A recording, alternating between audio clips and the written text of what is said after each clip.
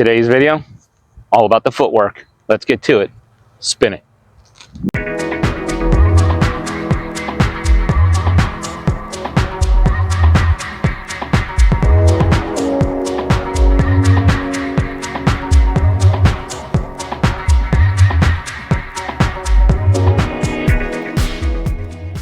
All right, what is up, DMD family? Welcome back to another Discs MD video. Yeah, I'm gonna go over some footwork, and this is in response to Josh's most recent video on the X step. And actually, that was my last lesson with him. So if you watched that video, that was my lesson. And I'd like to think, you know, that I was the catalyst for the video that Josh just put out. I know that's really not the case, Josh, but just go with it. So I'm not going to teach you anything new, but I want to show you how I incorporated this into what I'm doing and the things that I struggled with.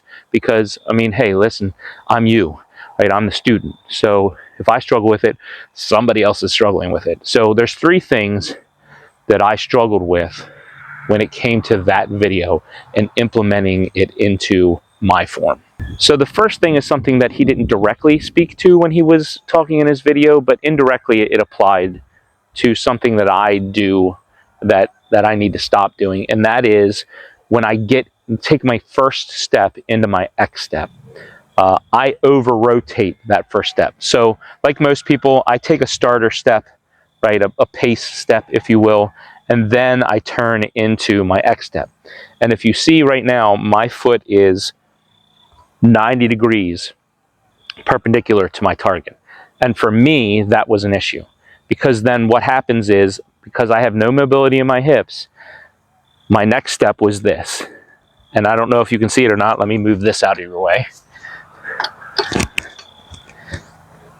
And I don't know if you can see it or not, but this foot is almost straight backwards. And see my hips now? I'm doing exactly what Josh told us not to do in that video and pointing straight back. So the first thing that I had to do, and he didn't really tell me to do this, but it was something that I came up with as we were going through this, because I couldn't do what he wanted me to do without changing this first, was when I take that pace step, when I take that first step, it has to be, my toe has to be angled forward. It can't be completely perpendicular. It has to be, I mean, and it's not drastic, it's a little bit, but that keeps me now from being able to turn my hips back too much, even if I am not as mobile in my hips, right? So that was thing number one. Make sure that when you take that first step, you're not propelling yourself to go backwards in your X step. Make sure you don't over-exaggerate that first step. I couldn't. The toes had to be pointed forward a little bit. So that's number one. Thing number two, I feel like I'm in a Dr. Seuss book. Thing number two is I struggled with the X step and trying to make sure that this foot was perpendicular to my target. And he did go over this, trying to make sure that this foot was perpendicular to my target when I took my X step. And it was just too difficult. Like I could not wrap my brain around, I could not get my body to function when I tried to do that. And it really helped when he said, don't worry about that. Worry about your hips not turning backwards. Take a comfortable step. If it's facing back a little bit, even up to 45-degree angle, it's fine. As long as your hips aren't doing this. You want them as straight as possible. So now it's pace step, first step, toes forward, X step a little bit back, right? So from the front, it looks like this, right? I'm not quite at a 45-degree angle with that X step, but then looking at it sideways, now I can keep that heel to toe relationship like he wants, keep my hips from turning backwards, and I can go into my X step the way I should.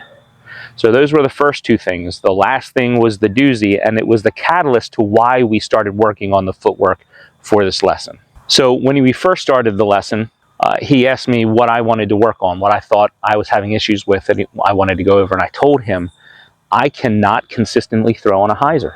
I throw flat and hyzer pretty well, but I cannot. Do you hear the wreck? I was going to go over and throw out the rec to show you how things were progressing, but there's a soccer game going on over there. I can't go over there. I can't throw hyzer consistently.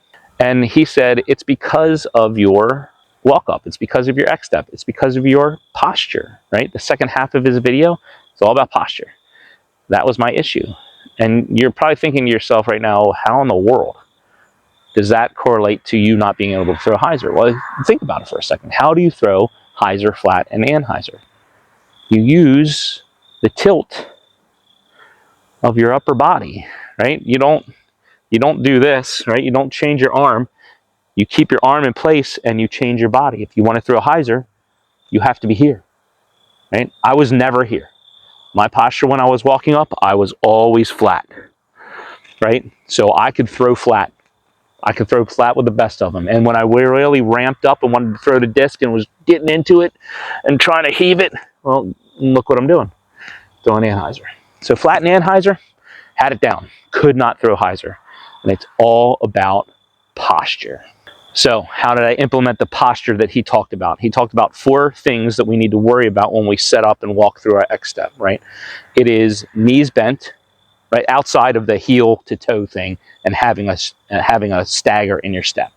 But when you're thinking about your posture, it is knee bent, butt out, nose over toes, and weight forward on your toes. Now, if you are like me, you can't walk and chew gum at the same time. So we're trying to remember 4 things while you're doing your X step.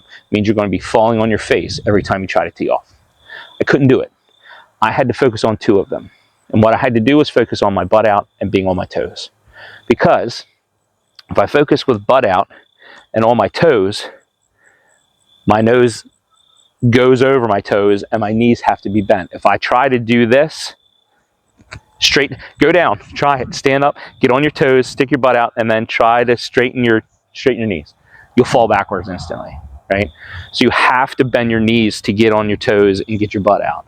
It's just a natural shift in your weight, right? So that's what I had to focus on. Butt out, weight on my toes. And then you can see here I have a string. I just do what Josh did. Keep my right toe behind my left heel for that stagger. Keep my butt out, keep my weight on my toes, and just walk. And then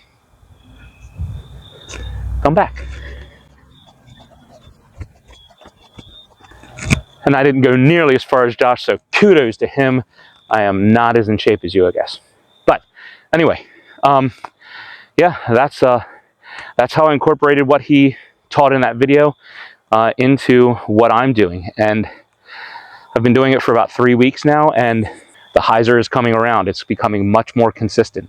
Let me just throw a bonus in for you. The next drill that he had you do in that video, I've been doing that one as well. The X step into the stall, right? The paused X step, right? So you take a step, X step, pause, and then go into the reach back.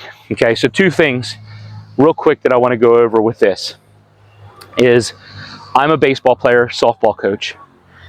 So my tendency is weight back, right? When you're batting, you keep your weight back as long as you can, and then unleash it, right? And then unleash it. Keep your weight back. You can't do that in the X step. And this is why. If you try to keep your weight back, your center of gravity is all off. You need to keep up over your toes and maybe even push slightly forward.